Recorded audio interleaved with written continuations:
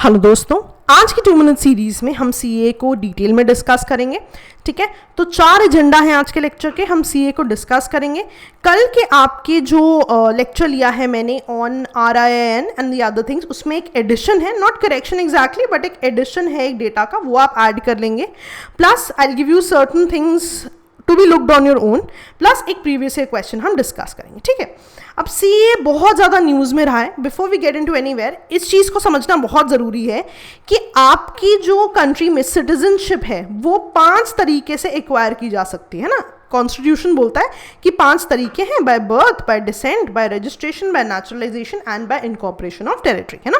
इनके अपने अपने अलग क्लॉजेज हैं। तो आई एम प्रिज्यूमिंग कि आपका प्री पास आ रहा है तो आपने ये चीज़ें लक्ष्मीकांत में डिटेल में पढ़ी होंगी। ठीक है, तो अब क्या हो रहा है कि बस इनिशियली मान लो ये चीज़ें आपने बना दी है ना।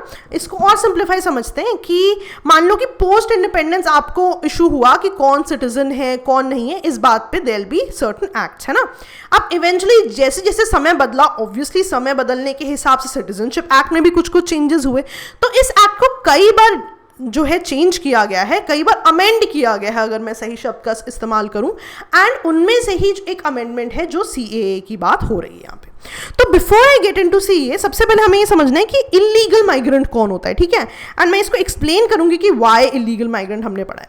तो इलीगल माइग्रेंट कौन होगा? ऑब्वियसली आपकी कंट्री का बंदा नहीं है ना, कोई भी फॉरेनर। ठीक है, जो कि 2 कंडीशंस इन्होंने बोली, जो कि या तो आपकी कंट्री में विदाउट वैलिड डॉक्यूमेंट्स आ गया कि भाई आ गया और उसके पास डॉक्यूमेंट्स ही नहीं थे, या दूसरी कंडीशन क्या है कि वैलिड डॉक्यूमेंट तो थे लेकिन आपको पता होगा जब आपको वीजा वगैरह कुछ ऐसा देते हैं तो टाइम पीरियड भी मेंशन करते हैं कि वो परमिटेड टाइम से ज्यादा रह गया। ठीक है, तो 2 कंडीशंस बन गई आपकी कि या तो आप परमिटेड टाइम से ज्यादा रह गए या आपके पास डॉक्यूमेंट्स नहीं थे। ठीक है, अब इन इलीगल माइग्रेंट के साथ क्या होता है? या तो इलीगल माइग्रेंट्स इम्प्रिजन कर देते हैं या डिपोर्ट कर देते हैं, है ना। तो सेंट्रल गवर्नमेंट को कैसे पता लगेगा कि हमें इनको किस तरह से डील करना है इन लोगों के साथ? तो इसके लिए 2 एक्ट्स बने हुए हैं। ठीक है, कौन कौन से एक्ट बने हुए हैं? Foreigners act 1946 and passport entry into India act 1920। तो इन 2 एक्ट्स के अकॉर्डिंगली सेंट्रल गवर्नमेंट जो है रेगुलेट करती है कि भाई फॉरेनर्स की एंट्री एग्जिट रेजिडेंस को किस तरह से हम रेगुलेट करेंगे। ठीक है, अब हुआ क्या देखो, 2015-16 में सेंट्रल गवर्नमेंट ने 2 नोटिफिकेशन निकाली। उन्होंने बोला कि हम एक सेट ऑफ लोगों की बात कर रहे हैं जो हैं तो इलीगल माइग्रेंट, की बहुत समय से इंडिया में आए हुए हैं, बहुत समय में या तो इनके पास पासपोर्ट नहीं था या फिर पासपोर्ट तो था पर ज्यादा समय के लिए रह गए। तो इस ग्रुप ऑफ इलीगल माइग्रेंट्स को इन एनी केस हम 1946 एक्ट या 1920 एक्ट के अंदर हम कोई भी एक्शंस नहीं लेंगे। अगर मैं इसको अंग्रेजी में बोलूं, so these illegal migrants would be exempted from the provisions of 1946 और 1920 के जो हमने ये 2 एक्ट्स पढ़े हैं। अब ये कौन लोग थे? 3 कंट्रीज के लोग थे, अफगानिस्तान, बांग्लादेश एंड पाकिस्तान, एंड कुछ रिलीजन्स के, Hindu, Sikh, Buddhist, Jain, Parsis and Christians. अब यहाँ पे कंडीशन क्या आती है कि कभी भी आए हो तो आगे भी आ सकते हैं। तो इसका मतलब है कभी भी कोई भी इन 3 कंट्रीज से, इन 6 रिलीजन्स का है, क्या हम उन्हें इस पर्टिकुलर प्रोविजन से एग्जेम्पशन दे देंगे? नहीं।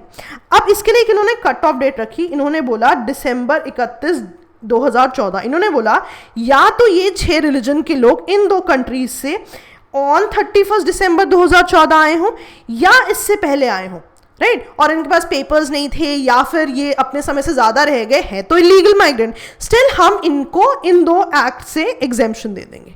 ठीक है, तो अभी तक आप देख रहे हो अभी तक कोई एक्ट नहीं बना है, अभी तक सरकार ने 2 नोटिफिकेशन निकाली है, that is in the year of 2015 and 2016।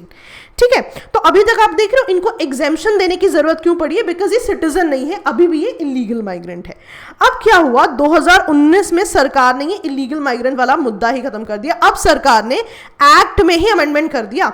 अब सरकार ने बोला कि जितने भी ये लोग है ना, जो ये 6 रिलीजन के लोग थे फ्रॉम दीज 3 कंट्रीज, उन्होंने बोला अब ये लोग एलिजिबल हैं भाई सिटीजनशिप के लिए।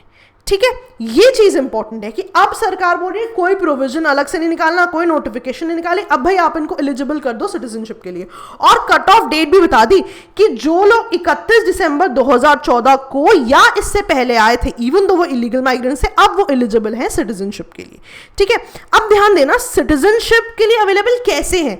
सिटीजनशिप हमने सबसे ऊपर पढ़ा था कि 5 ही डिफरेंट कंडीशंस थी जिसके हिसाब से आपको सिटीजनशिप मिल सकती थी।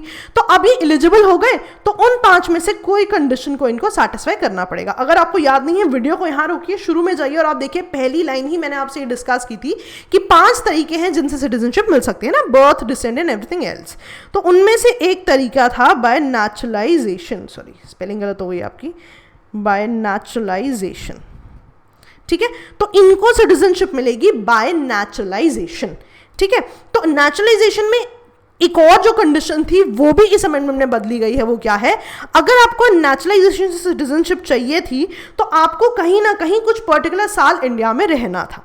ठीक है, अब उन्होंने क्या बोला, जो भी पहले मेंशन था, है ना, पहले बोला गया था कि सो एंड सो साल है ना, you don't have to know कि पहले क्या था, व्हाट इज मोर इंपॉर्टेंट। अब क्या हो गया है कि अब उन्होंने बोला कि अब जो है आपको नॉट लेस देन 5 ईयर्स, जो पहले आपकी 11 साल वाला लिमिट थी, अब उन्होंने बोला नहीं, अब नॉट लेस देन 5 ईयर्स आपको इंडिया में होने चाहिए। तो 5 या 5 साल से ज्यादा हो, 5 साल से कम नहीं हो सकते। तो अगर आप इन इलीगल माइग्रेंट्स में से, जो पहले इलीगल माइग्रेंट्स थे बट अब आपको एलिजिबल कर दिया गया है, तो आपकी एलिजिबिलिटी की बहुत इंपॉर्टेंट कंडीशन क्या है कि आप इंडिया में जो भी आपकी कट ऑफ डेट है उस डेट से 5 साल पहले से डेफिनेटली आप रह लेने होने चाहिए। अगर 5 साल से कम रह ले हो then you are not eligible.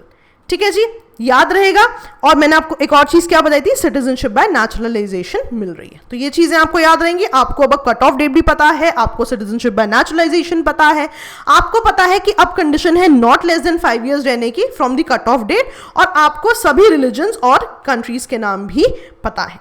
ठीक है, अब मान लो आपको सिटीजनशिप मिल गई, अब क्या होगा कि जिस भी डेट पे आपकी इंडिया में एंट्री हुई थी, अब क्या होगा, आप उस दिन से सिटीजन के इंडिया माने जाओगे। ठीक है, तो अल्टीमेटली क्या हुआ, अब उनको मिल गई सिटीजनशिप। अब मान लो कि आप आज तो आप सिटीजन बन गए बट पहले तो आप इलीगल माइग्रेंट थे, तो देयर इज अ पॉसिबिलिटी कि आपके हो सकता है कि शायद आपके अगेंस्ट अगर कोई लीगल प्रोसीडिंग्स है तो वो भी जो है वो क्लोज कर दी जाएंगी in case there is a proceeding.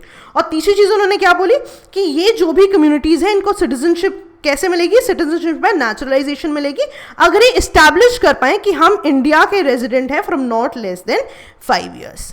याद रहेगा, समझ में आया, पूरा लॉजिक आपको समझ में आ गया, अब आप गलती नहीं करोगे इसमें। अब इसमें 2 चीजें और इंपॉर्टेंट हैं। एक सेक्शन 6 भी है इस अमेंडमेंट में जो कहता है कि या तो सेंट्रल गवर्नमेंट या कोई अथॉरिटी स्पेसिफाई कर देगा सेंट्रल गवर्नमेंट, ठीक है, वो ग्रांट करेगी सिटीजनशिप ऑफ जो भी सर्टिफिकेट ऑफ रजिस्ट्रेशन है या सर्टिफिकेट ऑफ नेचुरलाइजेशन है, वो या तो सेंट्रल गवर्नमेंट अब देगी या फिर कोई अथॉरिटी जो कि सेंट्रल गवर्नमेंट ने बताई होगी वो देगी। ठीक है, तो यहां पे एक और चीज क्या आती है, always given by central government. आप बोलोगे नहीं, एग्जाम में आप लिखोगे सेंट्रल गवर्नमेंट या फिर कोई अथॉरिटी जो उसने अपने बिहाफ पे स्पेसिफाई की हो। ठीक है, अब बहुत ही इंपॉर्टेंट चीज, ठीक है, कि एक क्लॉज है 6B का, अभी ऊपर हमने पढ़ा 6B में, क्लॉज 4 क्या है 6B का, कि जितने भी चेंजेस हुए हैं इलीगल माइग्रेंट्स के, ये पर्टिकुलरली जो भी ट्राइबल एरियाज हैं of Assam, Meghalaya, Mizoram and Tripura, right, आपको पता है शेड्यूल्स हैं, तो 6 शेड्यूल में जो भी स्टेट्स हैं, राइट, जो भी ट्राइबल एरियाज हैं 6 शेड्यूल के, उन पे ये पर्टिकुलर जो चेंजेस हैं ये एप्लीकेबल नहीं होंगे। And not only in the 6 schedule but जो हमने कल ILP वाली स्टेट्स पढ़ी, राइट, उनमें भी ये पर्टिकुलर लॉज जो हैं, जो चेंजेस है अमेंडमेंट वाले, ये एप्लीकेबल नहीं होंगे। ठीक है, NRC क्या है क्या नहीं है, discuss in a separate issue. अब जो मैं आपको करेक्शन बता रही थी कि ILP में कल मैंने आपको 3 स्टेट्स बताई थी, एक स्टेट और ऐड हो गई है, तो अब ये 4 स्टेट्स आप याद रख लो, तो अपने उस पर्टिकुलर डॉक्यूमेंट में एक स्टेट आप ऐड कर लेना। याद रहेगा, पूरा लॉजिक समझ में आ गया। चलो ना, homework for the day is आपका कि CAA में OCI से एसोसिएटेड जो ओवरसीज सिटीजन ऑफ इंडिया है, एक अमेंडमेंट हुई है। वो अमेंडमेंट क्या है वो आप अपने एंड पे पढ़ेंगे। सिंपल सी अमेंडमेंट है कि किस तरह से इनकी रजिस्ट्रेशन कैंसिल हो सकती है, तो इसको आप अपने एंड पे पढ़ेंगे and you can also mention in the comment box. ठीक है, अब एक क्वेश्चन सॉल्व करते हैं। ठीक है, क्वेश्चन देखो क्या कहता है, democracy super virtue lies in the fact that it calls into activity. Now a lot of you would why I'm discussing it, क्योंकि ना थोड़ी सी टीडियस अंग्रेजी हो जाती है इसकी, तो a lot of people leave these questions, ठीक है, but I don't want you to leave them because even if आपको डेमोक्रेसी नहीं पता, मान लो क्या है, टेक्निकली आपको पता होना चाहिए, आप यूपीएससी एस्पिरेंट है, लेकिन अगर आपको नहीं पता तो भी आपका आंसर आ जाएगा, ठीक है। लेट्स से कि लॉजिकली कैसे आ सकता है, मान लो मुझे कुछ नहीं पता डेमोक्रेसी के बारे में, पर मैं थोड़ी बहुत न्यूज़ फॉलो करती हूँ, मुझे पता है कि हमेशा ही प्रोटेस्ट हो सकते हैं, कि डेमोक्रेसी में हर एक को अधिकार है अपनी वॉइस आगे रखने का, कुछ ऐसी बातें होती हैं। लॉजिकली सही है या नहीं है सेपरेट इशू, इसका मतलब है जो डेमोक्रेसी है वो कहीं ना कहीं आम आदमी से एसोसिएटेड होगी, राइट, उनकी वॉइस, जैसे कि मान लो कि आप हर एक को अधिकार है वोट देने का, है ना, सब्जेक्ट टू सर्टन कंडीशंस, तो कुछ इस तरह की बात होगी, राइट। तो अब मैं एलिमिनेट करना शुरू करती हूँ। तो सबसे पहले देखो वो कह रहा है कि पार्टी वर्कर्स की बात है, तो आपको पता है डेमोक्रेसी किसी पर्टिकुलर पार्टी वर्कर की बात नहीं करता है। सी ऑप्शन देखो क्या कहता है, वो कहता है कि एक superior individual with a dynamism and vision. मुझे डायनेमिज्म एंड विजन की तो जरूरत ही नहीं है, जैसे ही इंडिविजुअल की बात है मैं यही काट दूंगी, डेमोक्रेसी इंडिविजुअल की तो बात ही नहीं करती। अब दो ऑप्शंस बचे, the methods for strengthening executive leadership and intelligence and character of ordinary main and women, ठीक है। अगर सिर्फ एग्जीक्यूटिव लीडरशिप की बात है यहाँ पे, तो एग्जीक्यूटिव तो कोई भी हो सकता है, राइट, सिर्फ एक एग्जीक्यूटिव की बात तो कर ही नहीं सकता डेमोक्रेसी, तो ये भी नहीं होगी, and this is the only option left. वैसे तो अगर आपको डेमोक्रेसी पता है तो आपको पहले ही पता लग जाना चाहिए था कि ए आंसर है, नहीं भी पता है still you can eliminate options and come up with answers. So ना कई बार हम ऐसे क्वेश्चंस छोड़ देते हैं thinking it would be tough, but they are very easy questions and all you have to do is read them correctly, ठीक है। So that was all from my end, read about OCI, और अगर आपको कोई भी issues होना हो you can always mail अस और कॉल अस, ठीक है जी। चलिए that was all from my and, okay दोस्तों, बाय बाय।